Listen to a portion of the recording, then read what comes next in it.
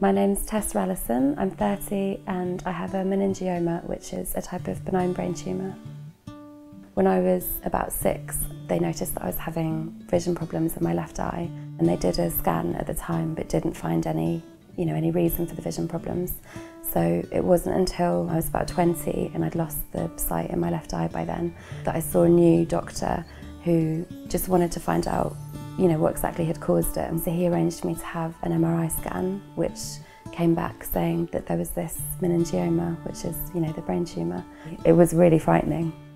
The next step after the diagnosis was to go and see a neurologist, and he sort of explained the scan results and the diagnosis and what it meant. I think that was when it really sort of hit me. It was such a huge shock. It was the last thing I expected them to say. I think my big fear was always that it would have some kind of effect on my personality, which the neurologist really reassured me was unlikely to happen in my case. They didn't actually want to do any treatment straight away. The plan they had for me was called watch and wait, which means they were going to monitor me regularly, and every year I'd have MRI scans and then go and get the results.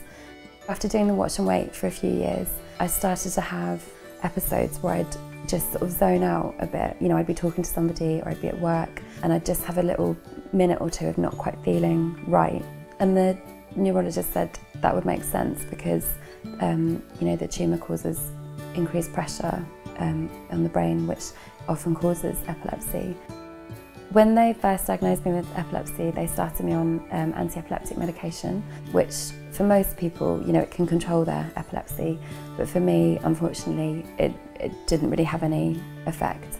As the meningioma grew, the seizures themselves got worse and worse, so that I'd have them more frequently. I'd completely, zone out. I wouldn't be able to continue a conversation, or, I wouldn't really know where I was. I did find it really frustrating.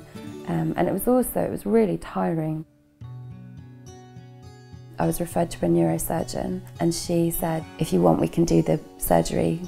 It was quite nice knowing that we could actually do something about it. I mean, I'm really lucky that the tumour I have is, operable.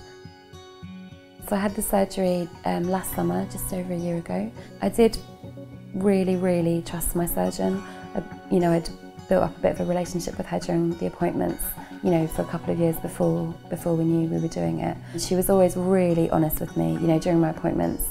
The surgery went really well. It was just such a huge relief. It sounds weird now to think how terrified I was then. I remember vaguely coming round, even from the anaesthetic, and just knowing that I felt fine. Obviously I felt really groggy and it was a long time before I was properly with it. But it was amazing. I've actually not had a single seizure since then. It's really changed my day-to-day life, and it's really improved just my quality of life. There's been such a huge change from then to now.